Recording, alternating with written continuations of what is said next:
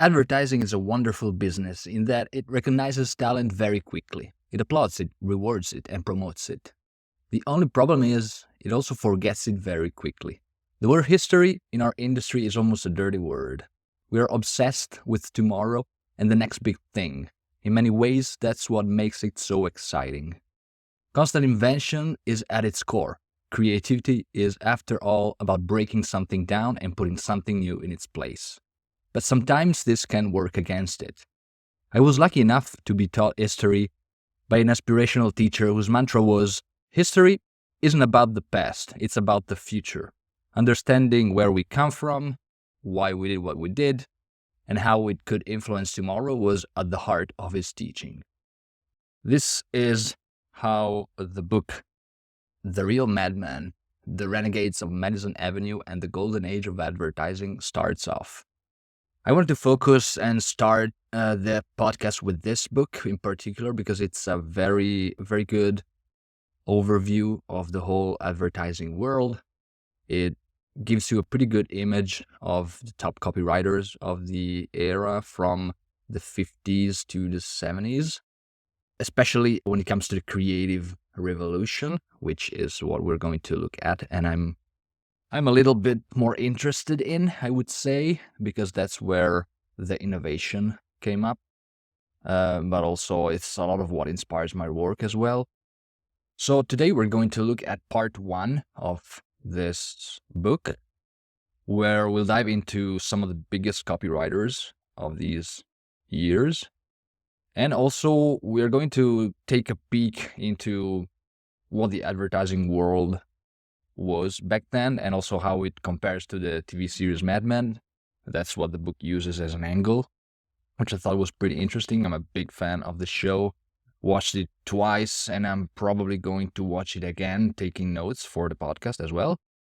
And interestingly, as I was Googling the book, I found out that there's a documentary called The Real Madman of Advertising by the Smithsonian Institute or something. I'm definitely going to watch that. It's a series, so a couple of episodes. You can watch it for free online.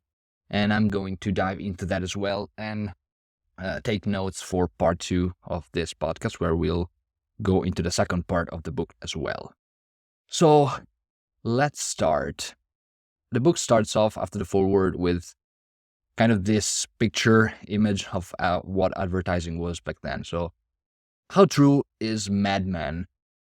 You don't have to be an ad man to love the creative revolution. All that's required is an appreciation of how Madison Avenue's ad agencies veered from hard sell advertising in the 1960s, abandoning brain-jarring repetition and hyperbole, creating instead a softer, more colloquial selling premise. Radiating good taste, humor, real-looking people, and down-to-earth copy, their amiable messages began relating more directly to real everyday life in America. And this was the biggest shift that happened, right? So we went from the 1920s, 30s, beginning of the 19th century, where advertising was mostly snake oil salesmen, companies emphasizing their products by features, by qualities. It was a lot very product-centered and very feature-centered. When, with the creative revolution, companies started emphasizing benefits, so what's in it for the customer, and also painting pictures. It was a lot more emotional rather than transactional. So the book says, again, as the new ads won acclaim and increased sales, young men and women started to take notice. And when they began setting off in pursuit of real-world careers, many were drawn to the agency business. And I had a note here that basically it's interesting how a lot of people got attracted to advertising here.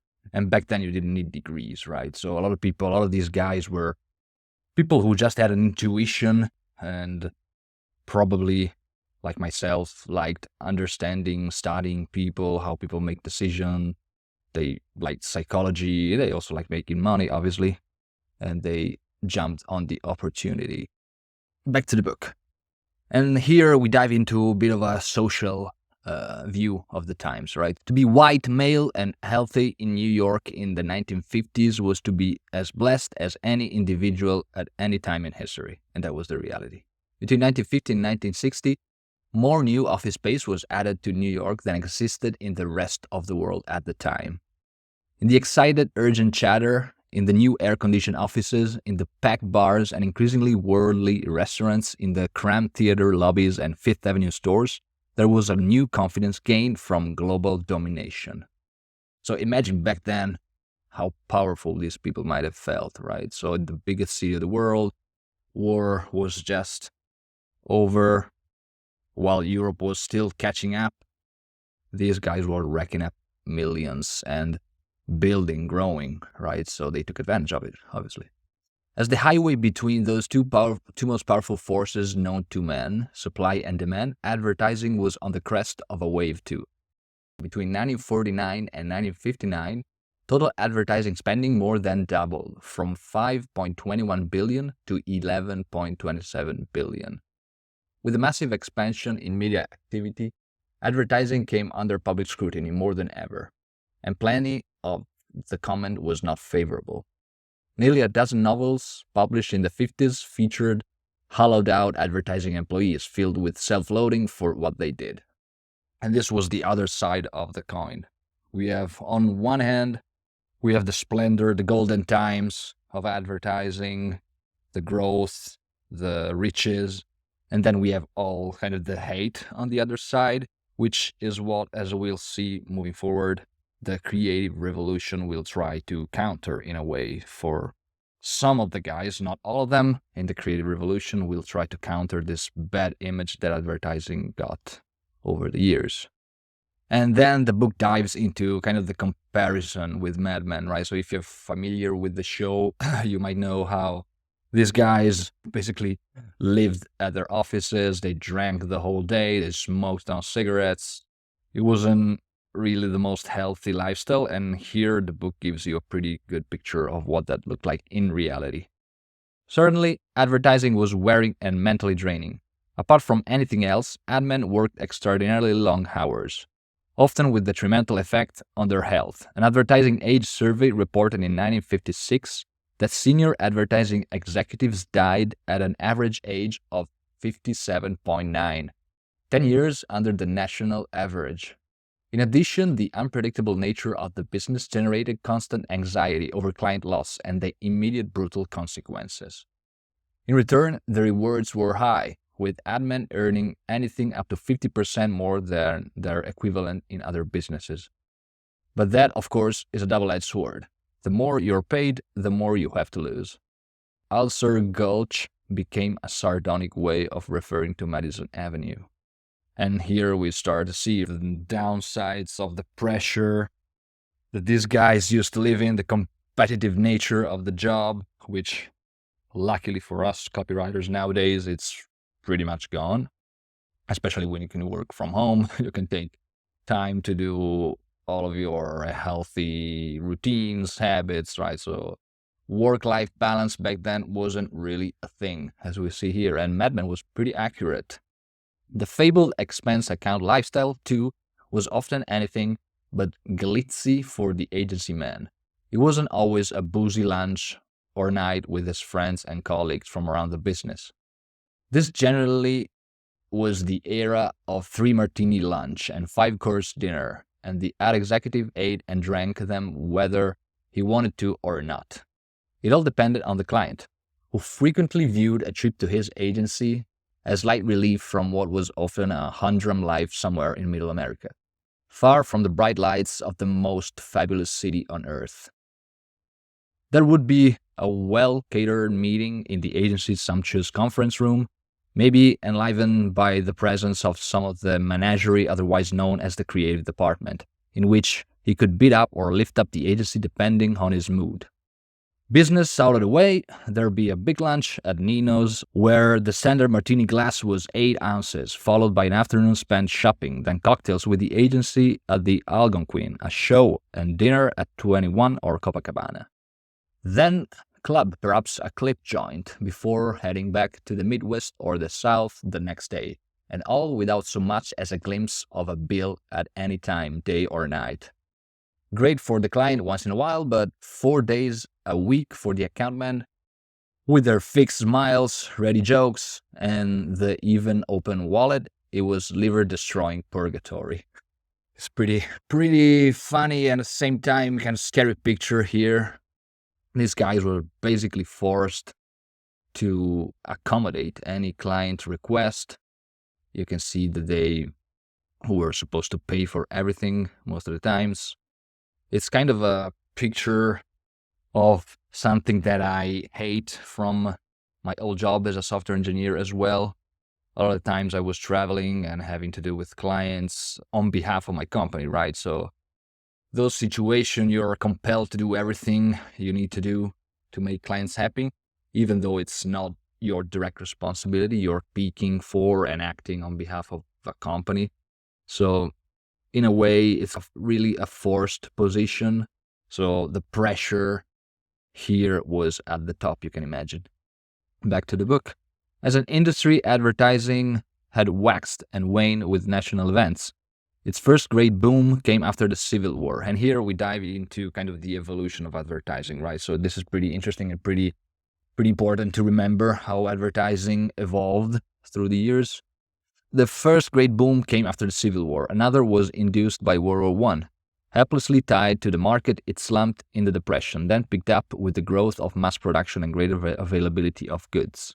The subsequent introduction of self-service, when the housewives could no longer necessarily take advice and comfort in the words of the storekeeper as the personal shopper, created a demand for more paid-for public advocacy, which is a good definition of advertising as any. Really good definition here. Really memorable and actually very interesting definition. Advertising as paid for public advocacy. So you are basically paying for your audience to promote your product for you. Early advertising agencies in the 1800s simply sold space in newspapers to advertisers, buying column inches from the publishers, either directly for their customers or for themselves to sell later on. This is the first step in advertising. So you see, it evolved from the starting point of advertising agencies simply selling space. So the whole creative part, the whole strategic part, that wasn't even a thing back then. But gradually, order emerged from the chaos as common and business sense combined to bring clarity to the practice. So here, back then, when advertising was just selling space, there weren't any regulations, any rules. So it was the Wild West of advertising in a way, which was actually at the times of the Wild West. In Philadelphia in 1869, George P. Rowell brought out the first ever comprehensive guide to media rates. Rowell's American Newspaper Dictionary enabled a client to plan and buy their media from a substantial choice of publication styles, locations, and readership profiles. Worse for them, such transparency threatened their very existence, as a client could now do for himself what he previously needed their insider knowledge and expertise to achieve. So this is the second big phase shift. This is where the actual advertising agencies that we now know were born, right? So they went from selling space on magazine, newspapers, to actually realizing that when this book came out, the Rowell's American Newspaper Dictionary, they basically enabled anyone to know what space would cost. So they didn't need agencies, that type of agencies anymore. So everything was transparent, everything was open, kind of open source, let's say. So now agencies needed to evolve, right? And the way that they evolved was to start charging for actual creation of advertising. So let's see what the book says. To survive, the agencies had to offer more, and this took the form of creative services, advice on how to prepare and write the ads. They would charge for the space plus the costs of creating the ad, and thus the model for the advertising agency of the 20th century, an organization that will advise you on not just where to place your advertisements, but what to say in them, and then produce those ads, was created. So this was the birth of advertising as we know it, as advertising agencies as we know them. And that's where copywriters come from. Back to the book. Here we can see the birth as well of that classic snake oil salesman that actually gave advertising a bad rap at the beginning. As Stephen Fox reports in The Mirror Makers, one such patent medicine proprietor claimed, "I can advertise dishwater and sell it just as well as an article of merit. It's all in the advertising." It's hardly surprising that with ethics like that, and with the reputation it had gained in its early years, advertising was still seen as a far from a respectable activity. So we can see that kind of the lack of regulation, the fact that these agencies were a new thing, these services were kind of new, so there weren't enough awareness and sophistication on the part of clients. You can see that these agencies were pretty much free to do anything, to try and sell anything, and as human nature has, you can tell that we pretty much created a shit show of a start for advertising from the early years. And that's what's going to change around the 1950s. So back to the book. By the 1950s, many agencies were fiercely honorable, renowned for watertight integrity. J. Walter Thompson, JWT, being a prominent example.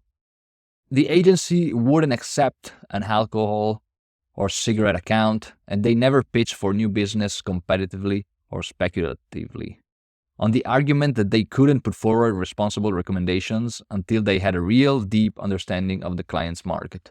And this was the first step that actually takes us to the integrity, the kind of level of integrity that a good advertising agency, good creative agency should have. All of us working in services are trying to keep in mind nowadays, right? And also I found it interesting, kind of a difference with Mad Men, the TV show, right? So speaking of alcohol at the office, one thing was drinking, entertaining clients outside the office, but when it came to the office, here we can see there was a stark difference. So alcohol consumption in the office was almost unheard of. And ever since Reader's Digest published its 1952 Cancer by the Carton article examining possible links between tobacco and cancer, long before the 1964 Surgeon General's report on the effects of smoking on health, several agencies refused to handle tobacco, extraordinarily lucrative though it was. And actually, there was a couple of episodes in Mad Men where they refused to accept tobacco accounts. But you can see the difference, as I mentioned. Some of these agencies valued integrity much more than what we can see from Sterling Cooper in Mad Men. Moving on, in 1957, one book, Vance Packard's The Hidden Persuaders, probably did more damage to the reputation of advertising than any other single tangible factor. In claim to the response practices within advertising business of subconscious coercion, subliminal advertising, and wonderful and weird techniques that either forced us to surrender our innermost thoughts, fears, and desires, or got us all buying products without even realizing why we were doing it. So this is another wave of kind of hate against advertising, right? So here, the whole advertising industry toward the 60s, it's being accused of trying to read our minds, force people into doing what they don't want to do, and so on. So another wave of negativity towards advertising that wasn't good for the reputation of the industry. To be fair to Packard, these people and their ideas, among them Ernest Dichter, a Viennese psychologist with a Freudian-based resume, who set up shop in a Manhattan suburb to promote his newly created science of motivational research, did exist. And in trying to get business from clients and agencies, they probably were making the claims he reported. But that doesn't mean that they were actually being implemented, let alone the least bit effective or successful. As most people who have ever worked in an agency for any length of time will tell you, it's far more a matter of intuitive trial and error than finely tuned science. So we all like to say that copywriting, advertising is an art and a science. It's more of an art than a science. As you obviously can imagine, we obviously like to all have our formulae, our frameworks, but at the end of the day, human nature cannot be predicted, cannot be controlled, and all we can do is make our best informed guess. A 1962 Time article stated many ad men tend to ascribe much of the responsibility for television's successes to one source, Manhattan Ted Bates and Company, which funnels a great percentage of its business into TV than any other agency, 80%, and has rocketed from nowhere in 1940 to 5th place among all U.S. agencies. The enfant terrible at Bates is Chairman Russell Reeves, 52, who propagated the dogma of the unique selling proposition, or USP. The rule: find a unique proposition that promises a specific benefit to the customer and will thereby sell the product. The agency hammers it home with water torture repetition. Okay, so we got our kind of introduction to the world of advertising, and now we are looking at one of the first pioneers, Russell Reeves. This is a guy that, as we'll see, is very much into his research, right? So like David Ogilvy, that we look at later as well, Russell Reeves pioneered and paved the way for advertising based on research, which is what the creative revolution that we'll see in the late 50s and 60s will try to counter. But it's important because before then, the value of research wasn't really emphasized enough. So there was a lot of testing actually from Claude Hopkins in the 1930s, but as far as research and as far as making copywriting advertising this structured, these were the beginning days of that. So let's dive into Russell Reeves. And as we see here, we also entered the times of TV, so from radio to TV. A lot of technological innovations, a lot of changes, very dynamic. Let's dive into that. If for generations of creative people, Bill Bernbach, it is the Redeemer, we'll talk about Bill Bernbach in a while, no one more than Russell Reeves best personifies the Antichrist. By his invention and implementation of the USP, Reeves probably has had a huge influence on the course of advertising and his contemporary, but in the diametrically opposite direction. And then we look at how Russell Reeves uses attention to persuade, right? And with the advantage of TV, that's even more powerful. A story he'd like to tell clients says it all. A farmer buys a mule that he finds to be unusually stubborn and simply won't get going. He takes it to an old farmhand who is said to know everything there is to know about mules. For $5, he says he can fix it. The money changes hands, and the old man picks up a 45-pound hammer and hits the mule as hard as he can, right between the ears. "Hey," says the owner, "I paid you to cure him, not to kill him." "I know," says the old man, "but first I have to get his attention." And here we can see a very clear metaphor, a very clear, compelling story to emphasize the importance of getting people's attention, entering their minds before being able to explain, educate, and convey your message. I love these guys. One thing that I love about these guys, it's their theatrical nature, their ability to tell stories, to not only to sell for clients, but also to sell their own ideas. That was very important.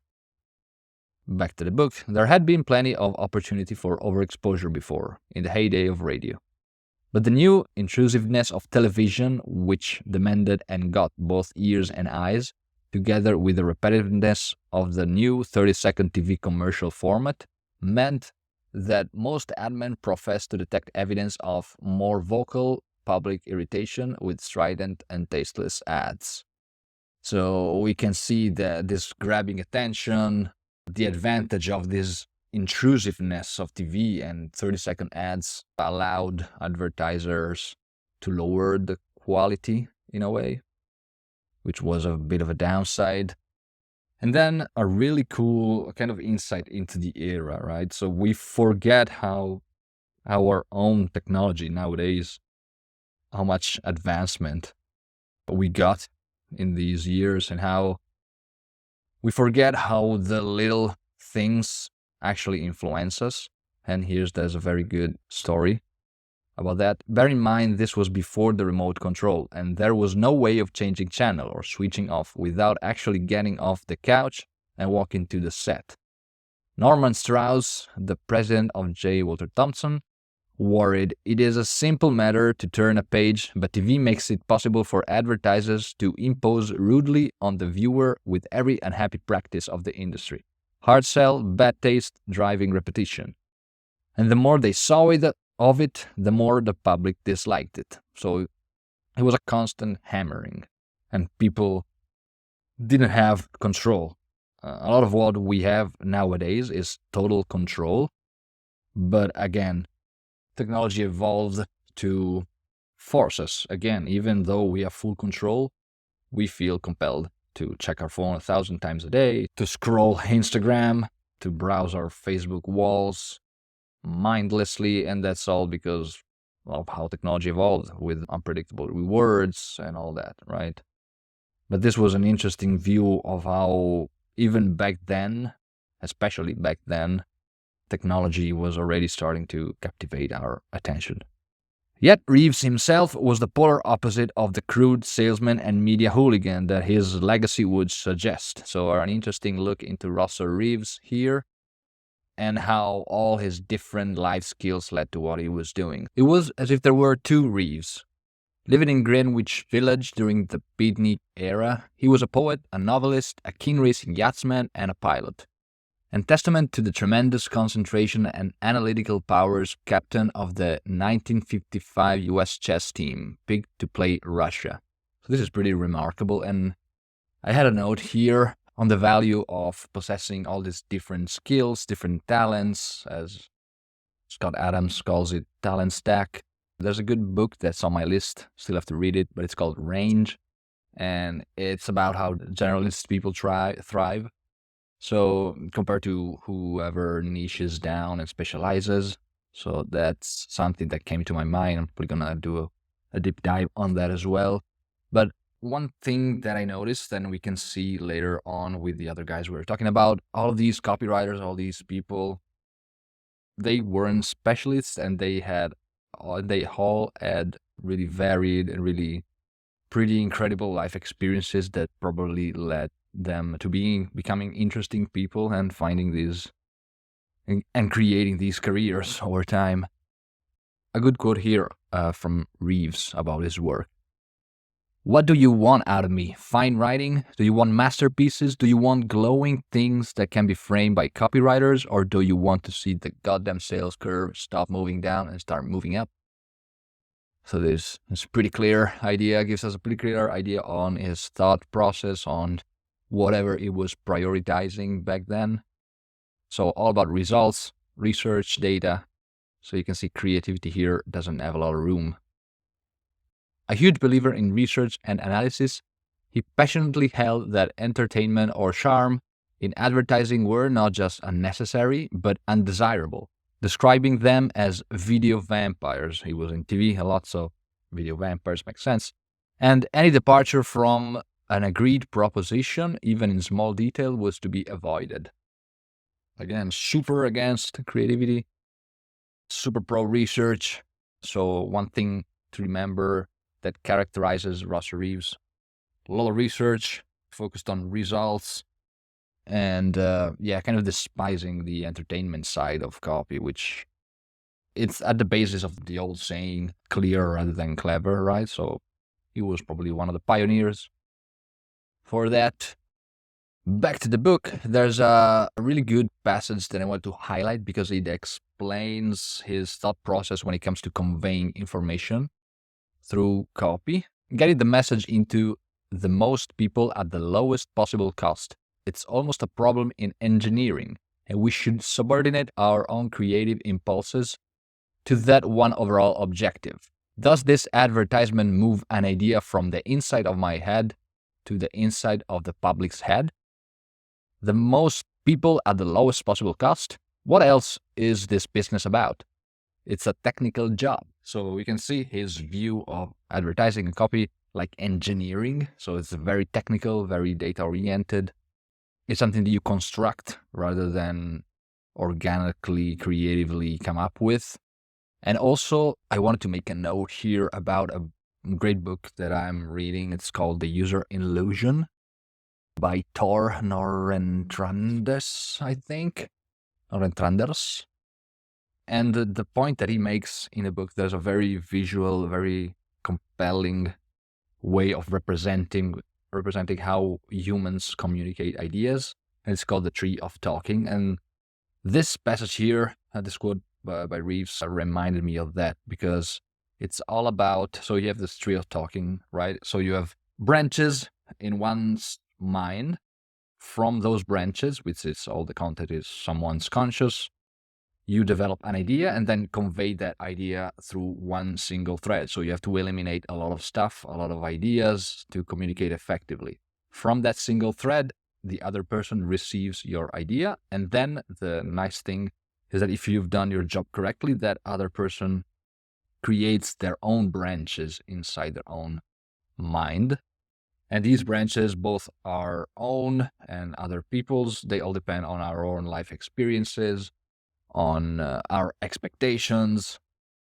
So it's nice that Reeves uses similar language here when he says, does this advertisement move an idea from the inside of my head to the inside of the public's head? So this is kind of a very vivid image that I think if you're a copywriter or marketer, it's very interesting to keep in mind and very useful when you think about communicating in that sense. So from your own branches to other people's branches. So communicating ideas, transferring ideas, I think is very useful. Another passage here that talks about the era where Russell Reeves was operating in. This was the era of constant product innovation, when new variations of medicine, shaving products, hair shampoos, skin creams, or foods were flooding the market, to the potential bewilderment of the public. It's easy to understand that advertising, which was little more than a shouted bulletin board, was often the most efficient way to elevate your pitch above the daily cacophony. And its charisma-free directness was the quickest way to explain the benefits of, say, the previously unheard-of product now being sold as a hair conditioner. It came to mind when I was reading this great book, Breakthrough Advertising by Eugene Schwartz. It's one of the Bibles of copywriting, and they talk about product amplification, right? So back then, especially, a very popular technique was, which is at the basis of what we do now, maybe a bit less sophisticated, but product amplification is all about amplifying a feature that the competition is maybe emphasizing. You emphasize an additional feature that your product offers, or a different way that your features address a problem. So amplifying from one state of the product to the next, and always evolving until at some point you will have to change the perception of people completely, because you cannot amplify anymore. So in this sense, this was the era where Russell Reeves was operating. And then we get to another legend. It took the likes of Reeves' even more famous brother-in-law, not always one of his greatest fans, to both lighten and soften the advertising mood. So we are going to, from this advertising era, a lot about research, data, rigid rules, formulae, to the beginning of a more creative period, even though, as we are going to see, research was very prevalent as well. David Ogilvy married Russell Reeves' wife's sister in 1939. By several measures, the two men were similar workaholics, strongly opinionated advertising writers, and both in their demeanor at least cultivated men. Ogilvy carried all his considerable personal style into his and his eponymous agency's work. From the early 50s onward, a stream of articulate and elegantly art-directed print campaigns issued from Ogilvy, Benson and Mather, OB&M, all assuming literacy and sophistication on the part of the reader, and usually offering the premise of yet more sophistication through the use of the product they were advertising. This is a very typical characteristic trait for David Ogilvy that we're going to look at now. He created these very highly classy campaigns without really caring about what the audience thought about the products that he was promoting. And a lot of times he was right, and that's likely because he understood the deeper emotional traits underlying the audience, and he was able to captivate them through stories, through intrigue, and really compelling big ideas.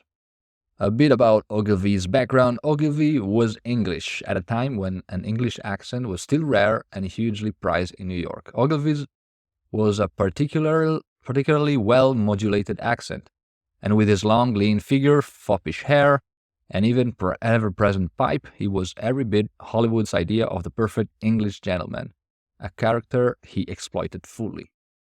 Very important here to look at this. Keep in mind for the perspective that Ogilvy was a kind of a showman. He prioritized personal branding a lot, as we see. He was pretty flashy and never spared positive words about himself. One thing he had in common with Russell Reeves, as I mentioned before, were his life experiences. A lot of different, varied, and very interesting life experiences. Born in England in 1911, he won a scholarship to study history at Christ Church College, Oxford. He left without completing his degree, having suffered some sort of block, and as quoted by Bart Cummings in The Benevolent Dictators, ran away from the culture's civilized life and changed class and tried to become a workman. I went to Paris and got a job as a chef in the great kitchen at the Hotel Majestic. He withstood the slave wages, fiendish pressure, and perpetual exhaustion for a year, returned to England, and began selling Aga cookers door to door. His sales prowess brought him to the attention of his elder brother Francis's employers at the advertising agency Mather and Crowder, MNC. Ogilvy accepted the offer of a job as an account executive and did well, but felt he was working in his brother's shadow. To prove his independence, he asked for a transfer to Mather and Crowder's U.S. office. He went to New York in 1938, and by the end of the year, he loved it so much he didn't think of returning to England. With no firm intention of continuing with a career in advertising, he drifted into his next job, but turned out to be critical in the formulation of its theories and future practices. He joined George Gallup's company and entered the new but rapidly expanding world of consumer research. Here we see again how research was still prevalent and shaping most of advertising. Advertising research had existed since the late 19th century in the form of crude testing of different versions of ads by evaluating coupon responses, and this was back in the Claude Hopkins days, 1920s, 30s, so these were the original first steps of research for advertising. But that was about to evolve, so we see something that reminded me of what nowadays we call usability testing, so more of getting qualitative data rather than quantitative, so from the book. But the research was rough and ready and reactive. It could only give you a crude view afterwards, which you could then apply to your next insertion. As the development of mass production and branded products fed the growth of advertising, market research slowly grew up alongside it, developing from how did we do to why to how can we do it better.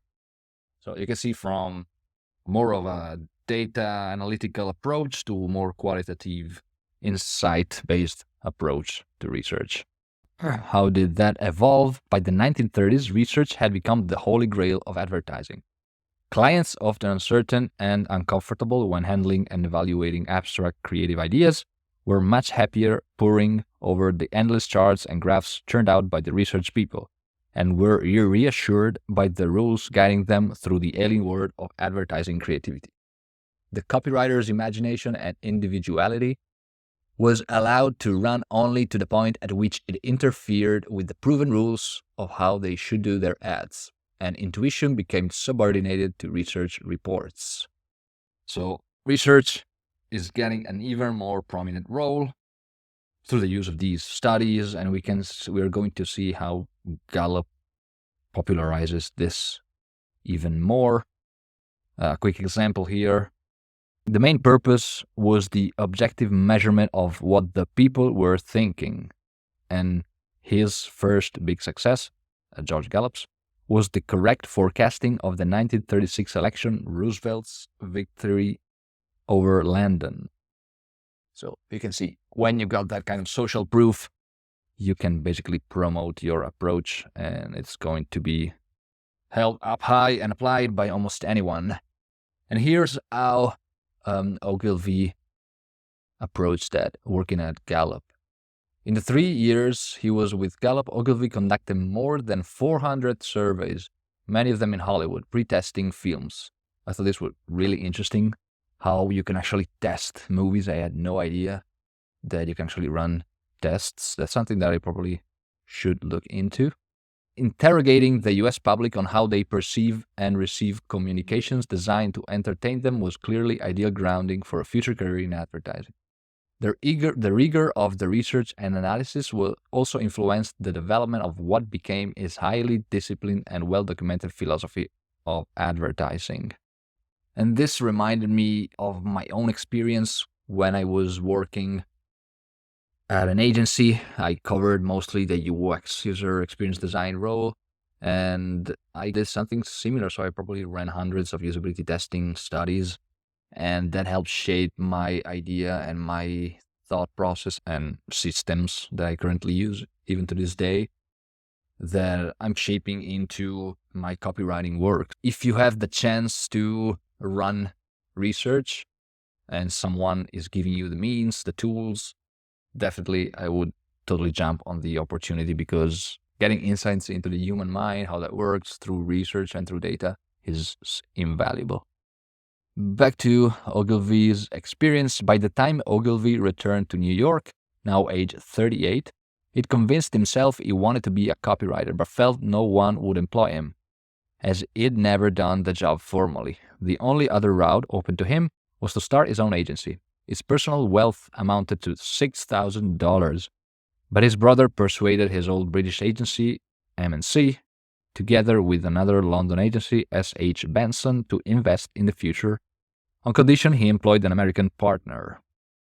So I thought it was pretty interesting how Ogilvy, even if he had no means of starting his own agency, with determination and clarity on what he wanted to do, he was able to accomplish his plan.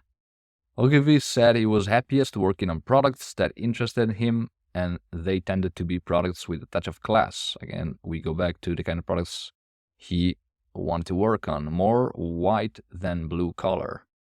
So clarity of thoughts, clarity of ideas, and on what he wanted to do, how he wanted to do it. It was entirely consistent that he should describe the account executives he wanted as the backbone of his agency, as gentlemen with brains. So combining the touch of class that he used to these ideas, these ads. And then came the first big break. You're probably familiar with that if you've been following copywriting for a while, the Hathaway account. So it's those ads with a guy with an eye patch promoting basically button-up shirts. This was one of the first biggest breaks for Ogilvy. And here we go into kind of the story of how we came up with the idea for the eye patch, which is super weird. And I found it fascinating how that came to be. Hathaway was a medium-priced range of shirts from a small Maine clothing manufacturer with an advertising budget of just $30,000.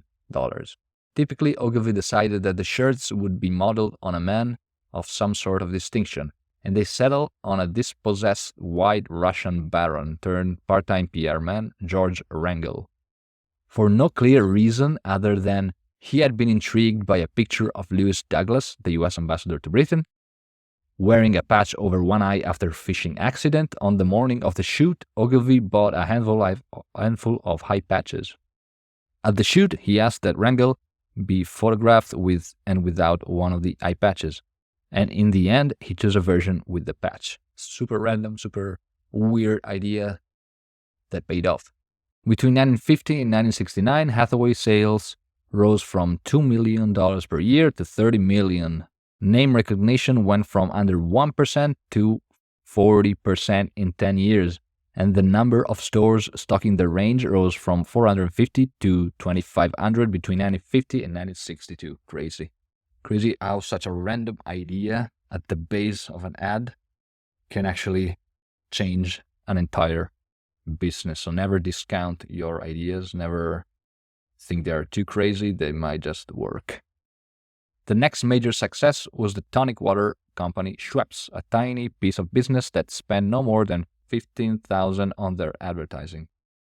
Crazy how such small budgets as well allowed for such crazy results. And that all stemmed from these guys, these copywriters, these admin, understanding intuitively or through research in some way, understanding the culture of the time, understanding the underlying themes, and being able to find their way into the minds and hearts of people.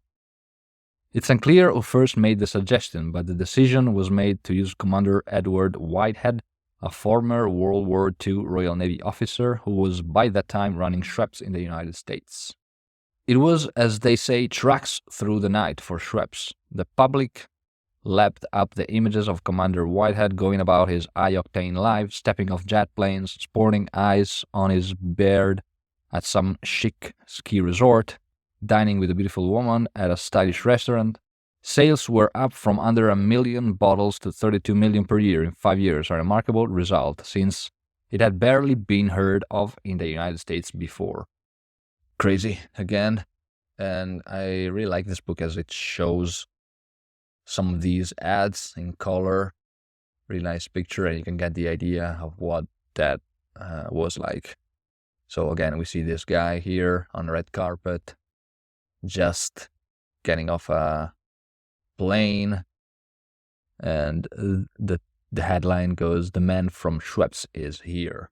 So super simple ads, nothing complicated, but the mixture of visuals, the impact of visuals and the copy gives you that intrigue, that added narrative that makes the ad so compelling. Ogilvy was, if not exactly a snob, certainly class conscious. As he rather characteristically put it, there are very few products that do not benefit from being given a first-class ticket through life. And here I thought it was very interesting how Ogilvy, but also some of the other guys we were talking about, they all understood this, as we mentioned, the underlying themes of the culture, and they were able to shape and morph them in any way they wanted. That's something that I'm guilty of not doing enough, which is not doing enough studying of what is not in my immediate circle. So even looking at the news, I should probably do more of that, just because it helps us copywriters, marketers understand what's happening around us, and we can use it in our work. Back to the book, it was also capable of the most breathtaking vanity, happy to be quoted by Ken Roman, which is the guy who wrote his biography, in such conceits as, "By 25, I was brilliant. I lit a candle which is still burning 40 years later. And I love reading in the press what a great copywriter I am." So Ogilvy wasn't shy at all. And we can see it in another one of his traits, which was personal branding, how he dealt with his personal image. Very interesting passage here. He was a man of enormous ego, but he had this self-aware humor. He didn't take himself that seriously. He was an actor. When I started doing the research for the biography, The King of Madison Avenue, and this is Roman speaking, I found over and over the things he said about his life were almost true, but not quite. He embellished. So another critical aspect of these guys was the self-awareness, knowing what you could and couldn't say, knowing what you wanted to say, how you want to form an image in other people's minds of how you operate, of how you live, lifestyle. So you see that these were probably the pioneers of current vlogging, right? So they were kind of showing off their lifestyle and creating this perception in other people's mind without even showing it on video yet. Then we go into Ogilvy's work ethic. We talk about his obsession with research, and we can see in how he shaped his days, his habits. Ogilvy was a fanatically hard worker.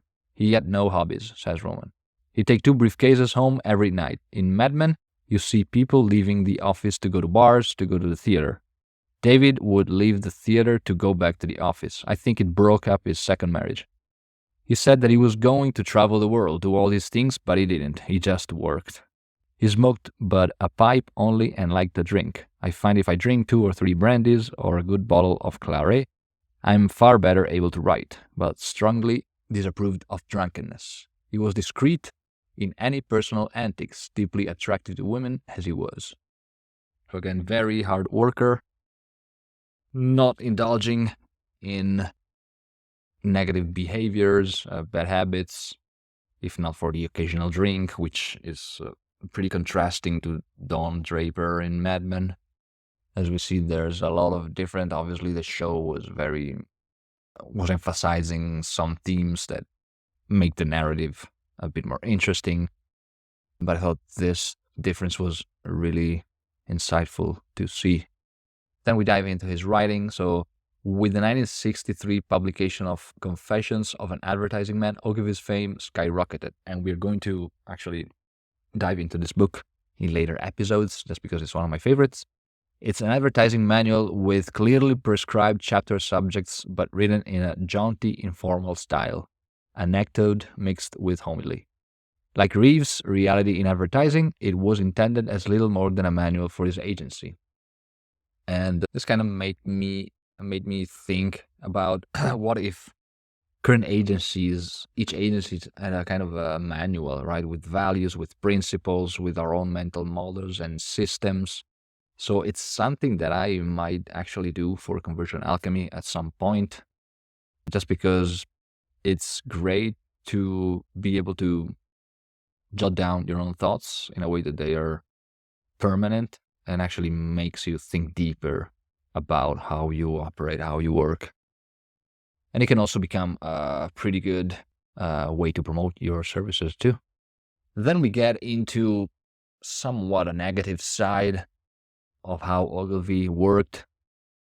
When it came to turning out campaigns, Ogilvy and Mather was being seen as creatively near bankrupt.